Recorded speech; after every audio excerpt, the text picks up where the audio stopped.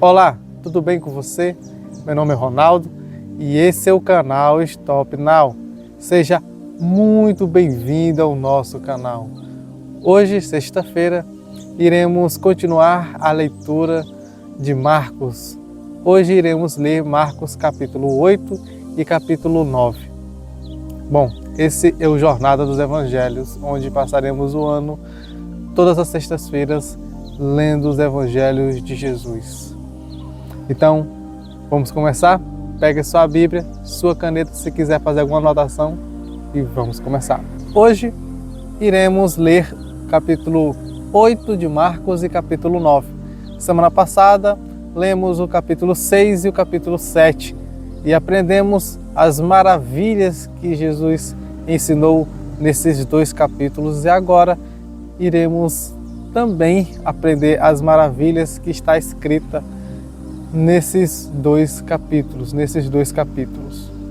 Naqueles dias, sendo a multidão muito grande e não tendo o que comer, Jesus chamou a si os seus discípulos e disse: Eu tenho compaixão da multidão, porque já estão comigo há 3 dias e não têm o que comer. E se os deixar ir em jejum para as suas casas, desfalecerão no caminho, porquanto vários deles vieram de longe.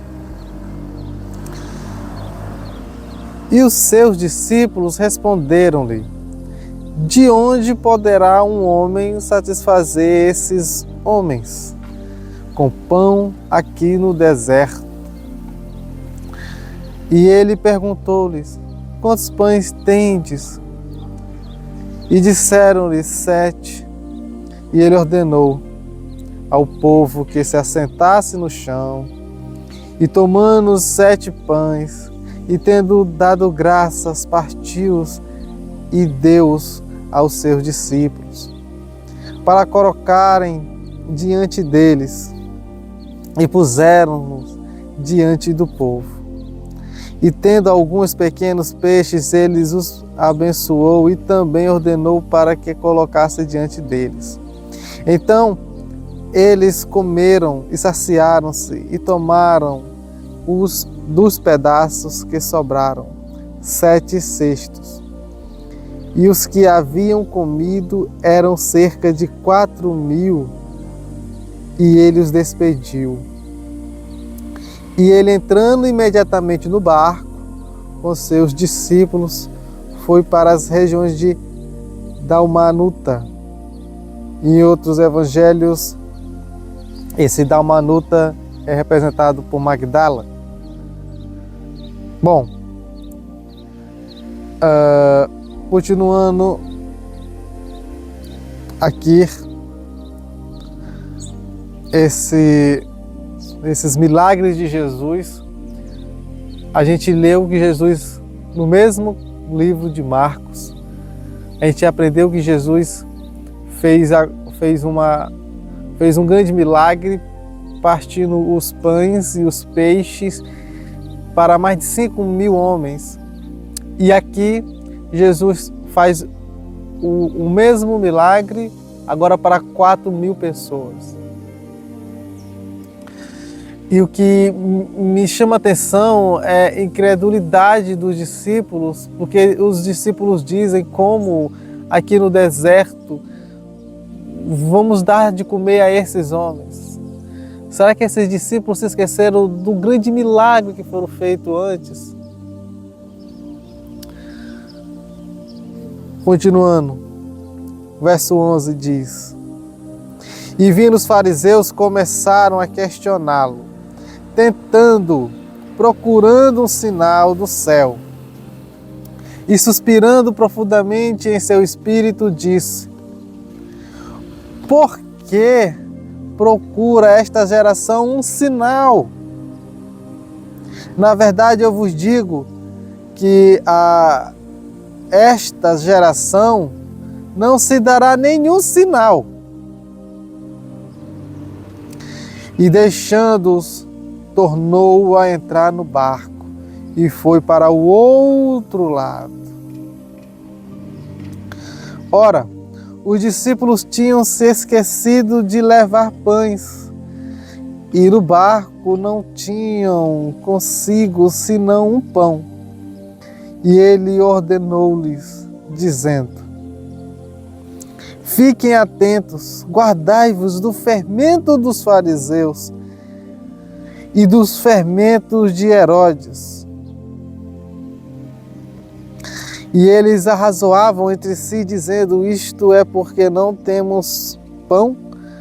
E Jesus, percebendo isso, disse: por que argumentais por não terdes pão?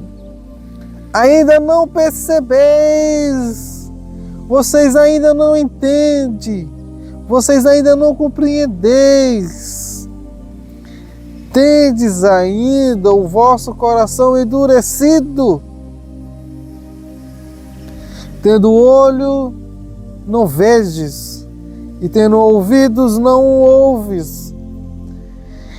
E não vos lembrais quando eu parti 5 pães entre os 5.000 homens, as 5.000 pessoas? Quantos cestos de pães tomastes? E eles disseram 12. E Jesus diz: e quando partiu os 7 entre os 4.000, quantos cestos cheios de pedaços tomastes? E eles disseram 7. E ele lhe disse: como é que vocês não compreendem ainda? Como vocês não compreendem ainda? Jesus acabou de fazer um milagre, o multiplicar de pães para mais de 4.000 pessoas, e antes disso para mais de 5.000 pessoas. Agora a diferença é que esse de 5.000 pessoas diz lá 5.000 homens, tirando mulheres e crianças. Vamos lá para 10.000. E esse agora para 4.000 pessoas. E aí esses homens nunca entenderam que eles andavam com o pão da vida, que era Jesus, que é o mais importante, que é mais importante do que andar com comida, do que andar com dinheiro. E aí eles não compreendem, ainda dizem: será que ele está zangado porque nós não trouxemos pão? Eles ainda não compreenderam. Eles ainda não compreenderam. Mas Jesus diz e dá um alerta: cuidado com o fermento dos fariseus, cuidado do fermento dos Herodes, dos herodianos. Você sabe o que é o fermento dos fariseus? Em Lucas, vamos abrir a Bíblia em Lucas 12, abra a sua Bíblia em Lucas 12, verso 1. Estou abrindo a minha Bíblia aqui também, Lucas, capítulo 12, o verso 1, vai falar o que é o fermento dos fariseus. Lucas 12, verso 1. Cuidado com o fermento dos fariseus, que é a hipocrisia. Cuidado com o fermento dos fariseus, você que está em casa, eu que estou falando para mim mesmo também. Temos que ter cuidado com o fermento dos fariseus, que é a hipocrisia. Calma. Vocês viram milagres e milagres, ainda não compreendem. Vamos continuar. Verso 22 diz assim: e ele chegou à cidade de Betsaida. Betsaida, para quem não sabe, é uma daquelas cidades que está lá no livro de Mateus. Está lá no livro de Mateus, que diz que ela é uma das cidades que Jesus fala os ais. Ai Corazim, ai Betsaida, ai Cafarnaum. E essa cidade é uma vila não muito grande, é a mesma cidade aonde, se lermos o livro de João, no capítulo 1, verso 44, você em casa pode abrir, vai dizer lá que essa cidade é a cidade aonde nasceu o apóstolo Pedro, o apóstolo André e o apóstolo Filipe. É uma das cidades aonde Pedro, André e Filipe nasceram. E provavelmente alguns estudiosos dizem também que Tiago e João também nasceram lá. Então era uma vila que não era muito perto, mas também nem muito longe de Jerusalém, mas é uma das vilas, uma das cidadezinhas que Jesus chamou e disse Usais, lá de Mateus capítulo 11. Bom,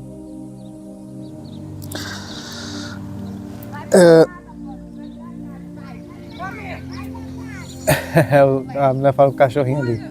Então é o seguinte, Jesus chegou a essa cidade chamada Betsaida e trouxeram-lhe um homem cego e pediram para tocá-lo. E ele tomou o homem cego pela mão e o levou para fora da aldeia.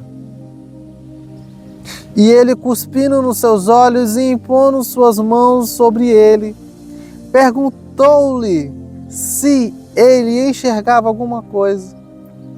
E ele, olhando para cima, disse: eu vejo homens como árvores, andando. Depois disto, ele colocou novamente suas mãos sobre os seus olhos e o fez olhar para cima.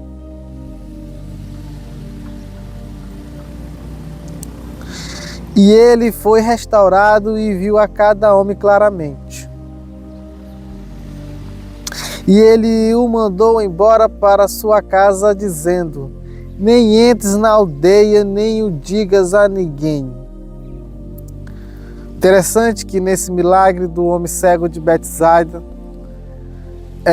o interessante é os versos 23, que diz: e ele tomou o homem cego pela mão e o levou para fora da cidade, e ele, cuspindo nos seus olhos e impondo suas mãos sobre ele, perguntou-lhe se ele enxergava alguma coisa. Primeira coisa que é interessante é que ele tira o homem da cidade. Olha, quando eu sento essa posição, começa a ter cãibra. Quando ele tira o homem dessa cidade, ele chega nessa cidade, chega um homem cego, ele tira da cidade esse homem, puxa para fora da cidade esse homem, puxa para fora da aldeia, e ele vai e cospe nos olhos do homem e impõe as suas mãos sobre o homem. Então nesse aqui também ele cospe nos olhos do homem. E aí acontece uma coisa que nunca aconteceu em nenhum dos outros milagres de Jesus, que é milagre por partes. Porque ele cospe nos olhos do homem e impõe as mãos, e o homem ainda não enxerga. O homem enxerga embaçadinho e diz: eu não estou vendo direito, eu estou vendo como árvores, como homens, eu não sei. Aí Jesus de novo pega no homem, põe as mãos, e aí agora ele enxerga tudo. Isso, o texto me diz que esse homem não era cego de nascença, porque ele sabia o que era árvore, ele sabia o que era homem. E ele via o tronco do homem, pensava que era uma árvore, via o corpo de uma pessoa e pensava que era uma árvore, vira as mãos, pensava que era... os galhos só podia ser, ou não sei, mas ele confundiu, ele ficou embaçado à sua vista. E por que que isso aconteceu? Por que que Jesus cuspiu? Bom, a saliva naquele tempo era uma coisa usada como uma parte da alma. Era uma parte da alma a saliva. Então, era uma parte de uma coisa viva, fosse como se fosse sangue. Sangue é vida, saliva também era vida. E os povos ao redor que não eram judeus, os povos ao redor que não tinham o Todo-Poderoso Eterno Criador como seu Salvador, que tinham deuses, usavam de maneiras de magias a questão da saliva para fazerem feitiços. E aí por isso muitas pessoas, muitos pais de santos, muitos feiticeiros, muitas bruxas, muitos bruxos usam esse texto para dizer que Jesus, na época que foi para o Egito, que é a África, ele aprendeu muitas magias e seus milagres eram nada menos ou nada mais do que magias que ele aprendeu na África, que aprendeu com os egípcios. Mas não tem nada a ver, é só ler o contexto aqui. O contexto que diz que anteriormente, quando a gente acabou de ler o milagre dos pães, e Jesus disse depois para eles, cuidado com o fermento dos fariseus, e eles não compreendiam os discípulos não compreendiam quem andava com eles. Jesus olha, vai cair não. Jesus nesse milagre aqui, ele está demonstrando o que estava acontecendo com os discípulos, que viam Jesus, mas não entendiam Jesus. E o milagre simboliza isso, porque o homem é aberto, é curado, mas ainda não enxergava direitinho. Era como se fossem os olhos dos discípulos que estavam com ele, mas ainda não entendiam ele. Estavam parcialmente entendendo. E o homem cego estava parcialmente vendo. E aí depois ele vai enxergar direitinho. E nos textos que nós vamos continuar lendo aqui no capítulo 8, vamos entender que depois eles, os discípulos, depois dessa chamada de atenção, eles vão começar a entender agora quem era Jesus também. Como diz aqui. E a questão da saliva não era por magias, e era por tato. Porque quando a pessoa é cega, a pessoa só vai para um lugar ou vai para o outro se alguém o tocar, o pegar e levar para um lado e levar para o outro. Essa é a linguagem do cego de antigamente até hoje. Mesmo hoje tendo já livros e livros, tendo coisas para ele pegar e ter pelo tato. Mas naquele tempo não, era só isso. Pegou e levou para um lado, levou para o outro. Era isso. E Jesus estava aqui, era conversando também. Ele estava conversando com o cego a partir da sua leitura, da leitura do cego, do que ele entendia, do que ele fazia, que era o quê? Que era o tato. Por isso que Jesus trisca nele. E a questão de ser o milagre de 2 vezes, aqui está querendo cair, e a questão de ser o milagre de 2 vezes, é porque aqui estava representando os discípulos que não andavam com Jesus e não entendiam. Então, só ajeitando aqui, pessoal, que aqui não está.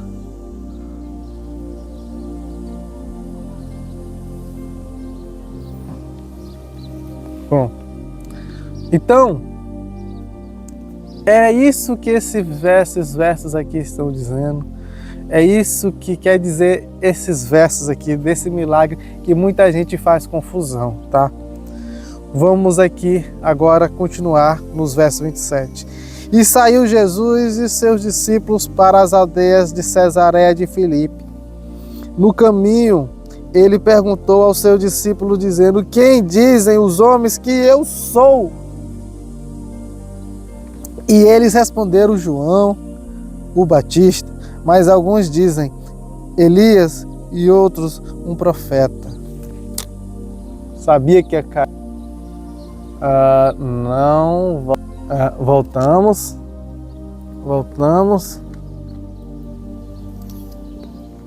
Ele está querendo cair, pessoal.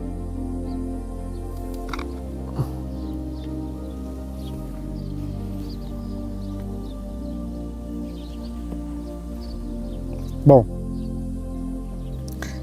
e eles responderam: João, o Batista, mas alguns dizem Elias e outros um dos profetas. E ele lhes disse: mas vós quem dizeis quem eu sou? E respondendo Pedro disse: tu és o Cristo. E ele ordenou-lhes que não contasse a nenhum homem sobre ele. E ele começou a ensinar-lhe que o Filho do Homem deveria sofrer muitas coisas e ser rejeitado pelos anciões e pelos principais sacerdotes e escribas, que fosse morto e após 3 dias ressuscitar. E ele falava estas palavras publicamente. E Pedro, tomando, começou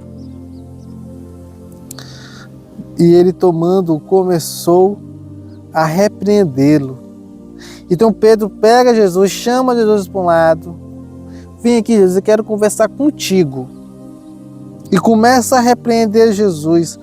Mas ele, virando-se e olhando para os seus discípulos, repreendeu Pedro, dizendo: para trás de mim, Satanás, porque tu não tens gostos das coisas de meu Pai, das coisas de Deus, das coisas que são de Deus, mas das coisas que são dos homens.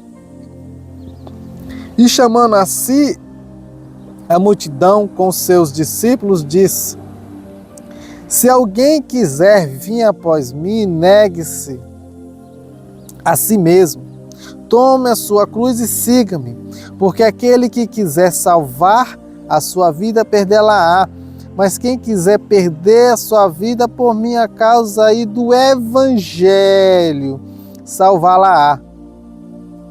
Porquanto, que lucro tem o homem em ganhar o mundo inteiro, se perder a sua própria alma? Ou o que dará o homem em troca de sua alma? Porquanto qualquer que entre esta geração adúltera e pecadora se vergonhar de mim e das minhas palavras, também ele se envergonhará o Filho do Homem. Também dele se envergonhará o Filho do Homem, quando vier na glória de seu Pai com os seus santos anjos.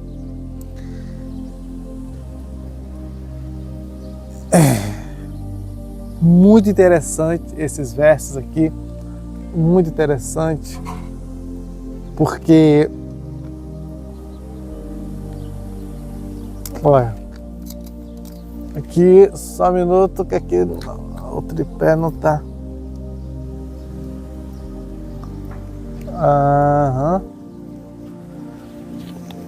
Tem que passar mais para trás então, né? Bom, muito interessante esses versos, porque aqui diz que Jesus agora está reunido com os discípulos, está só ele, não está mais com aquela grande multidão, e agora que está só eles, ele vai começar a ensinar. Mas primeiro, antes de ensinar, ele pergunta: olha, deixa eu dizer a vocês aqui uma coisa, eu tenho que ensinar uma coisa para vocês, mas antes me expliquem. Quem que as pessoas dizem quem eu sou? Aí os apóstolos dizem: olha, uns dizem que você é João Batista, outros dizem que você é Elias, outros dizem que você é um profeta. Aí Pedro pega e diz: mas tu és Cristo, tu és o Messias em hebraico, tu és o Messias, tu és o Filho de Deus, tu és o homem que tira realmente esta geração, esta cidade, esse povo sofrido para a glória. A cabeça de Pedro era isso. Aí Jesus vai e ensina, olha, é preciso que eu morra e ressuscite daqui a 3 dias. É preciso que eu seja rejeitado. Mas eles não entendem. Eles não entendem. E Pedro não compreende. Pedro não compreende. Aqui diz, ó. Aqui diz que Pedro chamou Jesus no canto e falou isso para ele, repreendeu. Calma, que é isso, Jesus? Para com isso, meu filho. Olha que ninguém vai morrer não, tu é o cara. Aí Jesus diz, para trás de mim, Satanás. Sabe aonde é que aparece isso na Bíblia? Para trás de mim, Satanás, em Mateus capítulo 4, verso 10. Abre a sua Bíblia, Mateus capítulo 4, verso 10, que diz lá, na tentação, que Jesus tira Satanás. Satanás chega a Jesus e Jesus diz, para trás de mim, Satanás.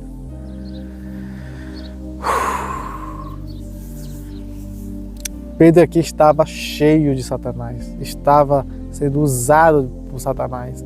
Mesma forma que ele foi usado por Deus para falar essas palavras, agora ele está sendo usado por Satanás. E aí Jesus dá um ensinamento brilhante,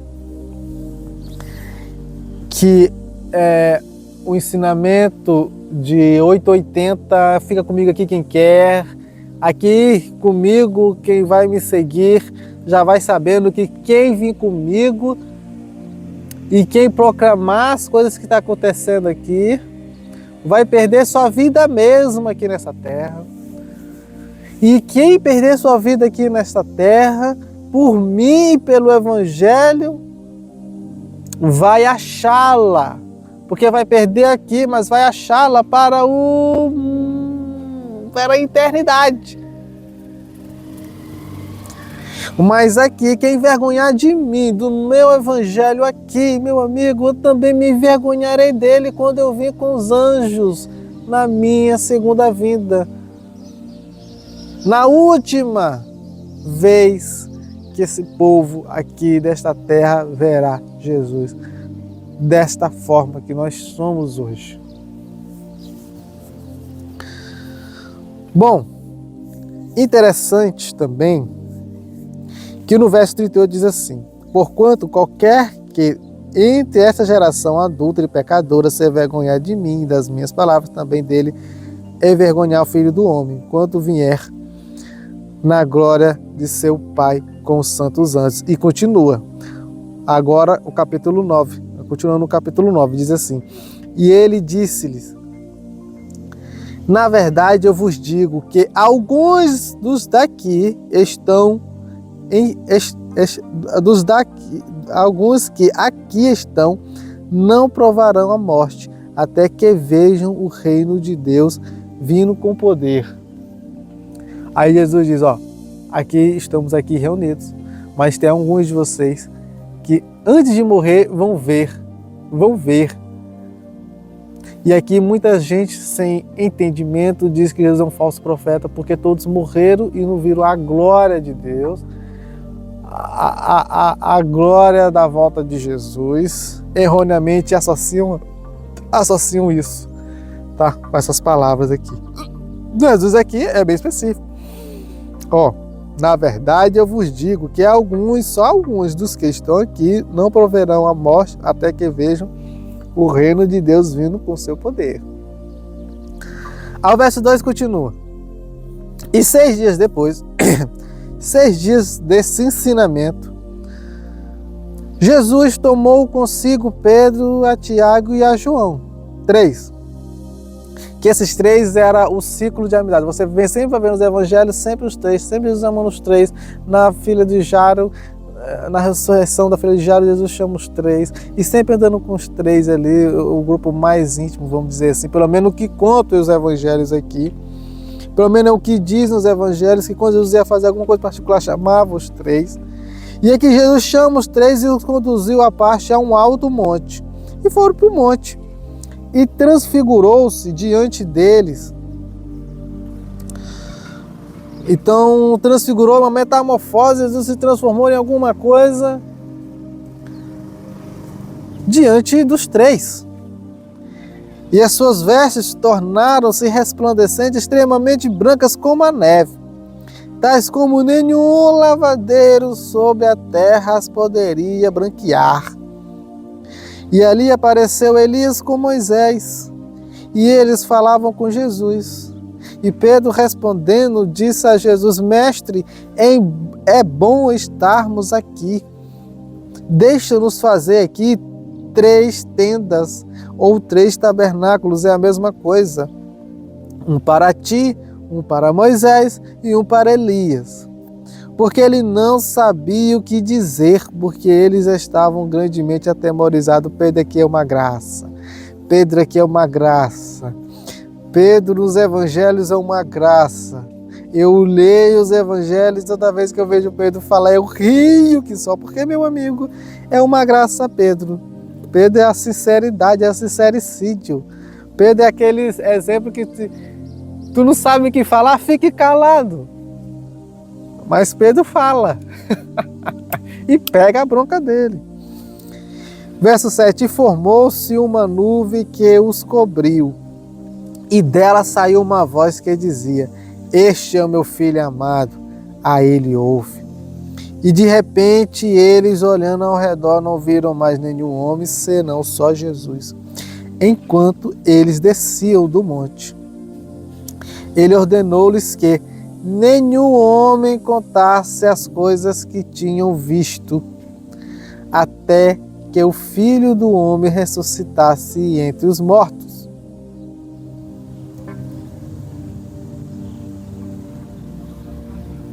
E eles guardaram o que foi dito entre si, perguntando uns aos outros o que significava ressuscitar entre os mortos. Então, os 3 ali se perguntavam: que negócio é esse que significa ressuscitar entre os mortos? Que negócio é esse? Como é que é isso? Mas Jesus tem umas coisas diferentes, né? Fala diferente, eu não entendo não. E eles perguntaram dizendo: por que dizem os escribas que Elias deveria vir primeiro? E respondeu Jesus: na verdade, Elias virá primeiro e restaurará todas as coisas. E como está escrito no Filho do Homem, que ele deve sofrer muitas coisas e ser reduzido a nada. Mas eu vos digo que Elias já veio e eles fizeram-lhe tudo o que quiseram, como está escrito sobre ele. E os apóstolos estão dizendo assim, que está dizendo aqui é o seguinte: aqui é uma pergunta: como é que ele vai ressuscitar dentre os mortos? Que negócio é esse? E se Jesus realmente é o Messias, é Cristo? Mas as profecias dizem que para Cristo vir, para o ungido vir, para o Messias vir, tem que vir primeiro Elias. Mas como é que é isso se Elias daí não veio? Jesus, é isso que os apóstolos estão dizendo, né? Aí Jesus ele pega e diz: olha, já veio sim, já veio e é esse aqui. Bom, nesse texto da transfiguração, lembra muito com aquele milagre de Betsaida, do cego, do mudo e surdo, porque aqui nos versos 26 diz assim, que depois que Jesus faz o milagre, e ele o mandou, no verso 26 do capítulo 8, e ele o mandou embora para a sua casa, dizendo: nem entres na aldeia, nem o digas a ninguém da aldeia. Eu li agora há pouco esse milagre e não li o verso 26. Por quê? Porque da mesma forma, no verso 26, o homem que é curado, Jesus diz: não entres na aldeia e nem digas a ninguém da aldeia. Nessa transfiguração, Jesus fala quase a mesma coisa: olha, não diga a ninguém até que eu morra e eu ressuscite, como aqui está escrito. E de repente eles, olhando ao redor, não viram mais nenhum homem, senão só Jesus. E enquanto eles desciam da morte, ele ordenou-lhes que nenhum homem contasse as coisas que tinham visto, até que o Filho do Homem ressuscitasse dentre os mortos. No milagre, Jesus se diz para o homem não falar e nem voltar à aldeia. E aqui Jesus diz também para os discípulos não contar, porque isso significa que Jesus ele fazia as suas coisas, mas não para parecer, não para ter um ego inflamado, não para ter uma questão de, sei lá, mas simplesmente Jesus, ele só queria cumprir o que estava escrito, falar dos evangelhos. Simplesmente isso que Jesus queria. É o que a gente vê nos versos e nos capítulos anteriores. Jesus ensina que o homem, a única coisa que o homem faz é jogar semente na terra e plantar ali, só jogou. O restante todo é com Deus que vai fazer aquela semente brotar, crescer e dar fruto. Então, Jesus está dizendo, olha, vocês parecem crianças aqui, porque vocês nunca entenderam nem o milagre que vocês viram milhares e milhares de pessoas tendo pão no deserto. Então eu tenho que ensinar vocês, e começa a ensinar, olha, eu vou morrer, vai acontecer isso, leva alguns para a transfiguração. E aí ele diz de novo, olha, aqui vocês não dizem a ninguém, ainda não é tempo, não é agora, só depois que ressuscitar. Porque com Jesus, o que importa para Jesus não é a fama, e sim o ensinar. O verso 14 diz assim, e ele, depois que desceu do monte da transfiguração, aproximando-se dos seus discípulos, viu ao redor deles uma grande multidão e os escribas interrogando a eles. Imediatamente toda a multidão, vendo, ficou grandemente surpreendida e, correndo para ele, o saudaram. E ele perguntou aos escribas, o que interroga com eles? E um da multidão respondendo disse, mestre, trouxe-te o meu filho que tem um espírito mudo. E este, onde quer que o apanhe, derruba-o e ele espuma e range os dentes e vai definhando. E eu disse aos seus discípulos que o expulsassem, mas eles não puderam. E ele respondendo lhe disse, ó geração sem fé, até quando hei de estar convosco? Até quando vos suportarei? Trazei o menino a mim. Traz ele lá, vai, vão lá, traga. E eles trouxeram-lhe até ele, e vendo o espírito, imediatamente o convulsionou. E ele caiu no chão e revolvia-se espumando. E perguntou ao seu pai, há quanto tempo isto veio a ele? E o pai disse, desde criança, Jesus. Desde criança é esse sofrimento. Desde criança que estamos sofrendo. Desde criança que esse demônio que entrou nele não entra só nele, mas em mim também, porque eu sofro também. E muitas vezes isto tem lançado no fogo, e muitas vezes é lançado para a água, para matar o meu filho, para destruir meu filho, para destruir minha família, porque se meu filho morrer, eu também morro, minha família também morre, Jesus. Mas se tu podes fazer, olha só, se tu podes fazer alguma coisa, tem compaixão de nós, tem compaixão do meu filho. E Jesus disse, se tu podes crer, todas as coisas são possíveis aos que crer. Imediatamente o pai do menino exclamou e disse em lágrimas, Jesus, Senhor, eu creio, ajude-me a minha incredulidade. Quando Jesus viu o que as pessoas vinham correndo Juntas ele repreendeu o espírito imundo e disse: Tu, espírito mudo e surdo, eu te ordeno, sai dele agora e não entres mais nele. E o espírito gritou, agitando-se com violência, saiu dele e ele estava como um morto. De modo que muitas pessoas diziam: esse menino morreu, olha aí, está mortinho da Silva. Mas Jesus, tomando pela mão do garotinho, o ergueu e ele se levantou. E quando ele entrou em casa, os seus discípulos perguntaram em particular: por que nós não podemos expulsar Jesus?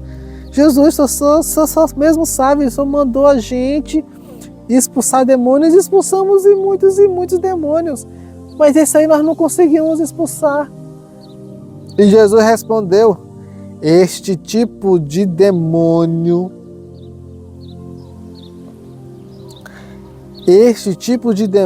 não sai de modo algum, senão pela oração e pelo jejum. Meu filho, se vocês não fizerem isso, vocês jamais vão fazer um exorcismo. Jamais vão ter autoridade de mandar o Espírito sair e ele sair. Bom, o interessante nesses capítulos aqui desse homem é que é um primeiro milagre de uma pessoa que não tem fé. É o primeiro milagre de uma pessoa que não crê. Mas é o milagre da graça. Eu digo e sempre falo com amigos, com pessoas, quando eu começo a conversar, debater sobre Jesus, eu sempre dou o exemplo desse milagre como o milagre da graça. Porque todos os outros milagres, todas as outras pessoas que Jesus diz: tu crê, eu creio. Mas esse não, esse diz assim: eu creio, mas o crer dele é aquele: Senhor, eu quero muito que o meu filho seja curado, eu creio que o meu filho seja curado, mas tu podes fazer isso? É o que ele pergunta: tu pode fazer isso? Tu pode fazer isso? Aí Jesus diz: tudo que creres é possível.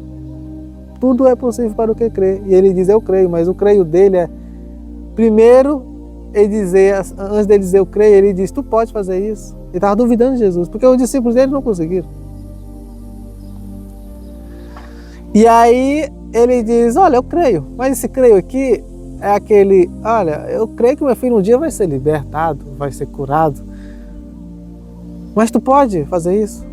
Da mesma forma, na continuação desse diz que eu creio, ele diz e confirma que eu estou dizendo para você. Ele diz assim: Jesus, me ajuda a crer, Jesus, porque é tanto tempo, é como se ele estivesse falando assim, é tanto tempo que eu não sei mais quem é que vai curar meu filho. Se Deus ainda olha pelo meu filho, olha, ele vai, sabe aonde, Jesus? Ele se joga na água, ele se joga no fogo, ele se joga em todo lugar. Ele, se tivesse carro naquele tempo, ele se jogava no meio de um carro. E o interessante, pessoal, que Jesus faz um milagre, mesmo ele não tendo fé. Os versos 25 diz assim: quando Jesus viu as pessoas vindo correndo juntas a ele, repreendeu o espírito imundo, dizendo: tu, espírito imundo, espírito mudo e surdo, eu te ordeno, sai dele e não entres mais nele. Então esse é o primeiro milagre da graça. Mesmo você sem crer, sem merecer, Jesus faz um milagre em ti. Basta tu ir até ele. Mesmo o homem sem crer foi até Jesus. E Jesus falou a verdade para Jesus: olha, Jesus, eu não creio não, mas eu creio que um dia ele vai ser salvo, ele vai se livrar. Me ajude a crer. Então, às vezes não, todas as vezes, temos que ser sinceros a Deus, como esse homem foi. Esse homem não tinha fé e mesmo assim o filho dele foi curado. Esse é o milagre da graça. Isso é a graça, sabe? Que é uma coisa que tu não merece, tu não crê, mas mesmo assim tu é dado a você. Esse é o primeiro milagre da graça. E é muito sério isso. Depois eu quero fazer um alerta aqui. No último verso 29 diz que os discípulos perguntam a ele por que eles não expulsaram, e no verso 29 Jesus diz: olha, este tipo não sai de modo algum, senão é complicado, porque nas Bíblias mais antigas falava assim, esse tipo de demônio. Com certeza na sua Bíblia está dizendo assim, esse tipo de casta, ou esse tipo, só fala assim, este tipo. Na minha só fala isso, esse tipo, só fala isso. Mas não fala, esse tipo de demônio não fala. Por quê? Porque as Bíblias agora que estão sendo feitas, estão tirando essa questão de demônio. Por que, Ronaldo? Olha o helicóptero fazendo zoada. Por que, Ronaldo? Porque eles querem tirar de você. Querem tirar de você que você saiba que demônio existe e que por muitas e muitas doenças que tem é por causa do demônio e não por causa de outra coisa. Eles querem tirar isso, eles querem que você não saiba, eles querem que você não saiba sobre demônio. Bom, continuando, Jesus novamente vai anunciar a sua morte aos seus discípulos. O verso 30 diz assim: e tendo partido dali, passavam pela Galiléia, e não queria que nenhum homem soubesse disso, pois ele ensinava aos seus discípulos e dizia: o Filho do Homem será entregue nas mãos dos homens, e matá-lo-ão. E após ser morto, ele será ressuscitado ao terceiro dia. Mas eles não entenderam esse discurso e tinham medo de interrogá-lo. Eles tinham medo de interrogar. Por quê? Porque na vez que Pedro interrogou e chamou Jesus, você não vai morrer, Jesus repreendeu logo Pedro. Chamou logo de Satanás, sai daqui, Satanás. Aí agora eles ficaram com medo, né? É só compreender o texto. O verso 33 diz assim: ele chegou a Cafarnaum, e estando na casa, com certeza na casa de Pedro novamente, toda vez que ele vai para Cafarnaum, no Evangelho de Marcos, diz que ele foi para a casa de Pedro. Pedro morava agora em Cafarnaum, e curou a sogra de Pedro, e já lemos que quando ele vai para Cafarnaum e está em uma casa, é na casa de Pedro. Os seus discípulos estando na casa, eles perguntou aos seus discípulos: o que discutis entre vós pelo caminho? Mas eles calaram-se, porque pelo caminho haviam discutido entre si qual deles seria o maior. E ele assentou-se e, chamando os 12, disse: é aquela coisa, Jesus está dizendo que vai morrer. E ele vai morrer logo. Quem está dizendo aí? Então ele vai morrer. Não, se ele morrer, tem que ter uma pessoa no lugar dele. Quem vai ser essa pessoa com unção de curar pessoas, de exorcizar pessoas? Quem é? Quem é agora daqui?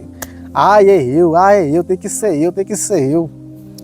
Mas Jesus disse a eles: se algum homem deseja ser primeiro, este será o último de todos e o servo de todos. Bom,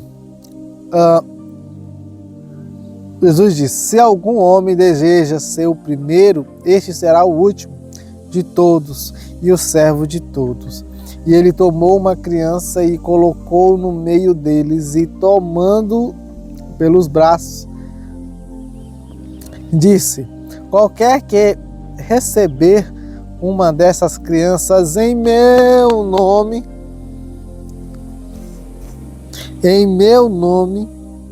recebe a mim, e qualquer que me receber não recebe a mim, mas aquele que enviou.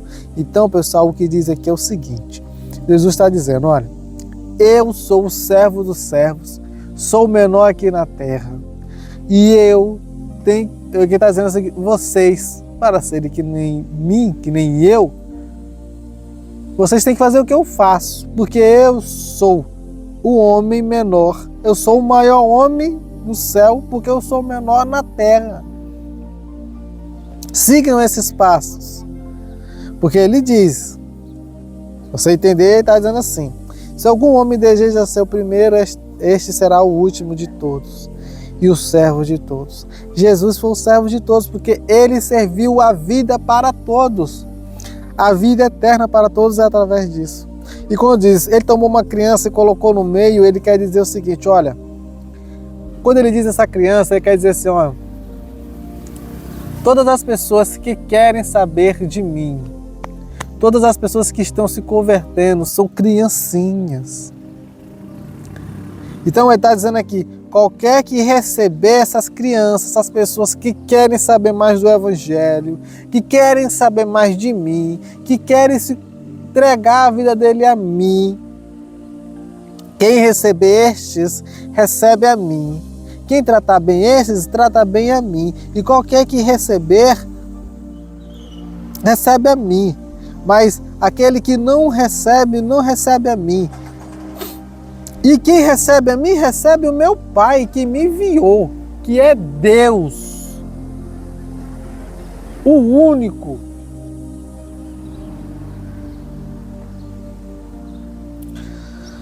Continuando, verso 38. E João lhe respondeu, dizendo, mestre, nós vimos que um homem expulsava demônios em teu nome, mas ele não nos segue, viu? E nós o proibimos, porque ele não nos segue. Jesus, porém, disse, rapaz, não lhe proibais, porque não há homem que faça milagre em meu nome e possa logo falar mal de mim. Porque quem é contra nós, porque quem não é contra nós é por nós. Porquanto todo aquele que vos der de beber um copo de água em meu nome, porque sois de Cristo, na verdade eu vos digo que ele não perderá a sua recompensa. Isso aqui quer dizer o seguinte, olha, todos aqueles que façam milagre verdadeiramente, que faz milagre em meu nome é por mim. Porque milagre é coisa séria. Milagre só é feito por aquele em meu nome que eu autorizei. Se ele está fazendo em meu nome, é o que eu autorizei. Se eu estou autorizado, se eu autorizei, é porque ele é de mim. E agora vem um paradoxo que diz, que poucas pessoas entendem esse verso, que diz assim, se Jesus está na terra e ele deixou de ser onipresente, como é que uma pessoa lá do Cafundé do Norte, muito longe de onde Jesus está, Jesus agora com o corpo mortal, uma pessoa vai fazer uma oração e vai expulsar demônios em nome de Jesus que está aqui. Jesus nunca vai ouvir, porque ele está lá no sul e Jesus está no norte.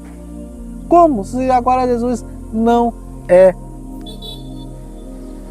Se agora Jesus, nesse momento, ainda não está onipresente, onisciente, onipotente. Porque não é assim que dizem que quando Jesus está aqui aqui na terra, Jesus deixou de ser Deus, como dizem Filipenses, mas como é que uma pessoa ora e Jesus atende, sendo que ele não é onipresente aqui?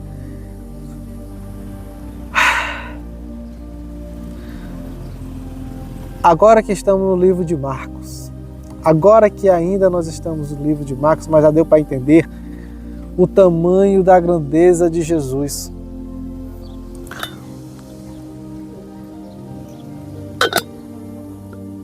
Já deu para vocês entender o tamanho da grandeza de Jesus.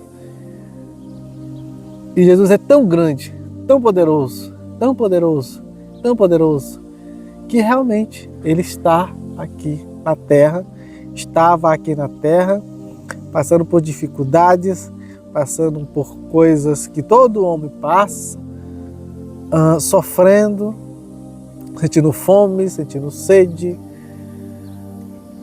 Mas Deus é tão grande, que Ele mesmo assim não deixou a onisciência. Porque Jesus, em vários e vários textos, Ele sabia o que o pensamento das pessoas estavam fazendo. Como os textos que acabamos de ler. Ele entendia que eles estavam discutindo entre eles, mas eles não falaram para Jesus, mas Jesus já sabia. Porque Ele lia os pensamentos, Ele era onisciente. Onipresente Ele deixou de ser, porque Ele não estava em vários lugares, mas onisciente Ele não deixou de ser, porque Ele é Deus. Ele é um Deus. Isso prova isso. Esses textos provam isso. Então, continuando, e qualquer que escandalizar um desses pequeninos,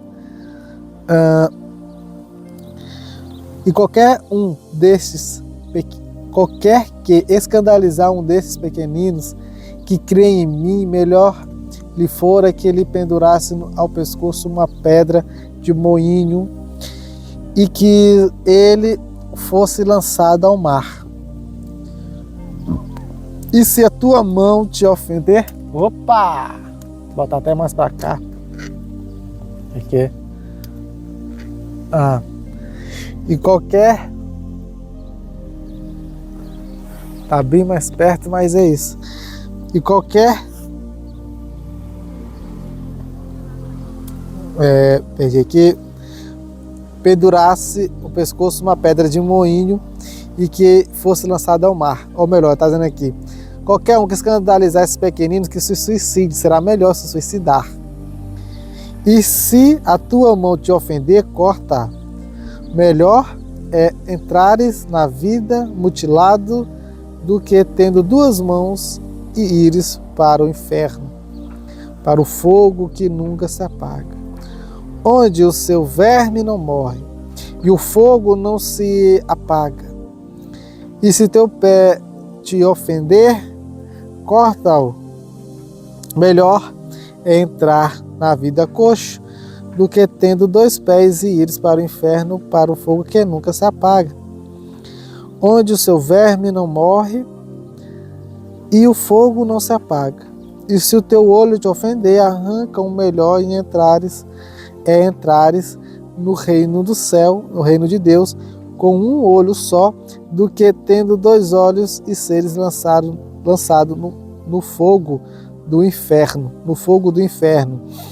onde o seu verme não morre e o fogo não se apaga, porque cada um será salgado com fogo, e cada sacrifício será salgado com sal.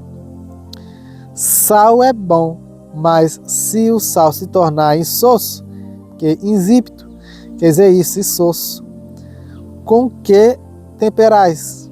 Se o sal está insosso, está a temperar com o quê? Tende sal em vós, seja sal da terra, seja um tempero na vida das pessoas. Mesmo, tende em vós sal, mesmo, e paz uns com os outros. Jesus aqui nesse texto está dizendo assim, olha, se você escandalizar uma dessas crianças, quem é criança? Acabamos de falar, crianças são aquelas, Deus representa as pessoas que estão chegando agora no Evangelho como crianças. Jesus está dizendo as pessoas que estão chegando agora como crianças. Por quê? Porque elas não sabem de nada, estão começando a aprender. Isso aqui é um aviso muito grande aos pastores de hoje, aos presbíteros de hoje, aos donos, assim, vamos colocar entre aspas, de igrejas, aos responsáveis, aos líderes espirituais, que estão ensinando coisa errada, viu? Nas suas igrejas, na sua igreja, e está ensinando coisa errada. Então, essas pessoas que estão fazendo coisa errada, Jesus está dizendo uai para elas. Porque o que acontece aqui nesse texto é dizendo assim, é melhor ele se suicidar. Colocar uma pedra de moinho é pesado demais, cara. E se jogar no mar é para se suicidar. Então é melhor se suicidar do que fazer isso. É melhor você cortar um braço do que esse braço fazer você escandalizar uma criança, uma pessoa dessa. Cortar o pênis, eu digo a vocês, é melhor cortar seu pênis se você é uma dessas pessoas depravadas sexualmente, do que perder o reino do céu indo com o pênis para o inferno. O que é o inferno? Aqui Jesus estava perto do Vale de Inom, que era um lugar onde tinha um cemitério, não, me fugiu da cabeça agora, pessoal, mas um lixão.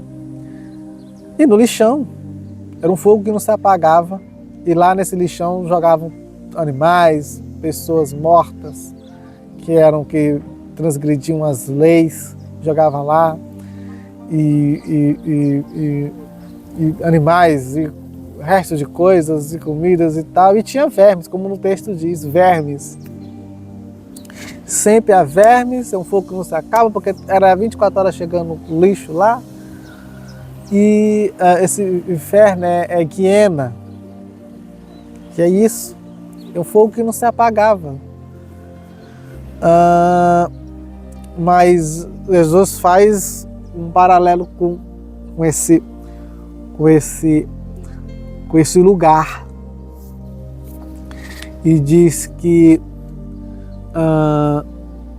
esse inferno, esse lixão, esse fogo como desse lixão, vai acontecer com a gente, se a gente fazer um dos pequeninos de Deus se escandalizar. Se fazer uma das pessoas saírem do Evangelho. Agora eu pergunto para vocês, quantos e quantos pastores, líderes ou influenciadores aqui do YouTube estão fazendo isso? Não levando a verdade do Evangelho de Jesus, ensinando doutrinas, igrejas e influenciadores ensinando doutrinas erradas para as pessoas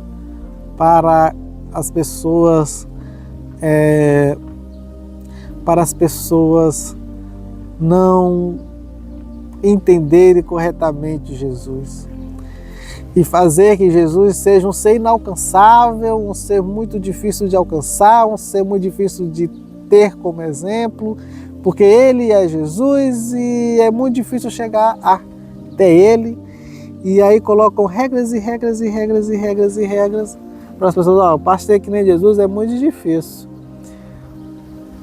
Para estar com Jesus é muito difícil, mas se você fazer isso, isso e isso, você vai chegar perto e vai salvar.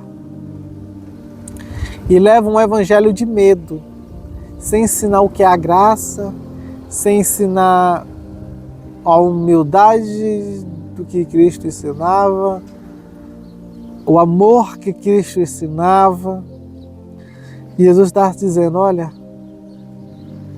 eu digo para vocês aqui, vocês são apóstolos, vocês são meus discípulos, mas se vocês fazerem isso, escandalizar e tirar alguém do reino do céu, é melhor cortar um braço, cortar a perna, se jogar no moinho, se suicidar, do que fazer isso.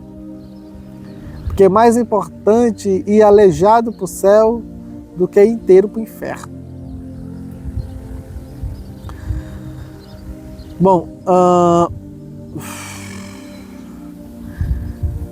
eu não vou explicar nesse vídeo o que é inferno, já está muito grande, mas vai chegar o texto que eu vou explicar, não vai ser hoje, mas eu quero agora agradecer você que está até aqui, chegou até aqui, já são mais de 1 hora de vídeo, muito obrigado, se inscreva no canal, compartilhe o vídeo, compartilhe para muitas mais pessoas, para mais pessoas entenderem e fazer essa leitura, essa jornada dos evangelhos com a gente. Se você gostou, dê um like, se não gostou, dá um dislike. Muito obrigado, se inscreva no canal. É isso. Seja como Cristo pediu. E o que Cristo pediu nesses textos é que a gente seja homens, mulheres e crianças dele. E não se encha do fermento de fariseus e se encha dele, de Cristo. Tá? Muito obrigado. Valeu.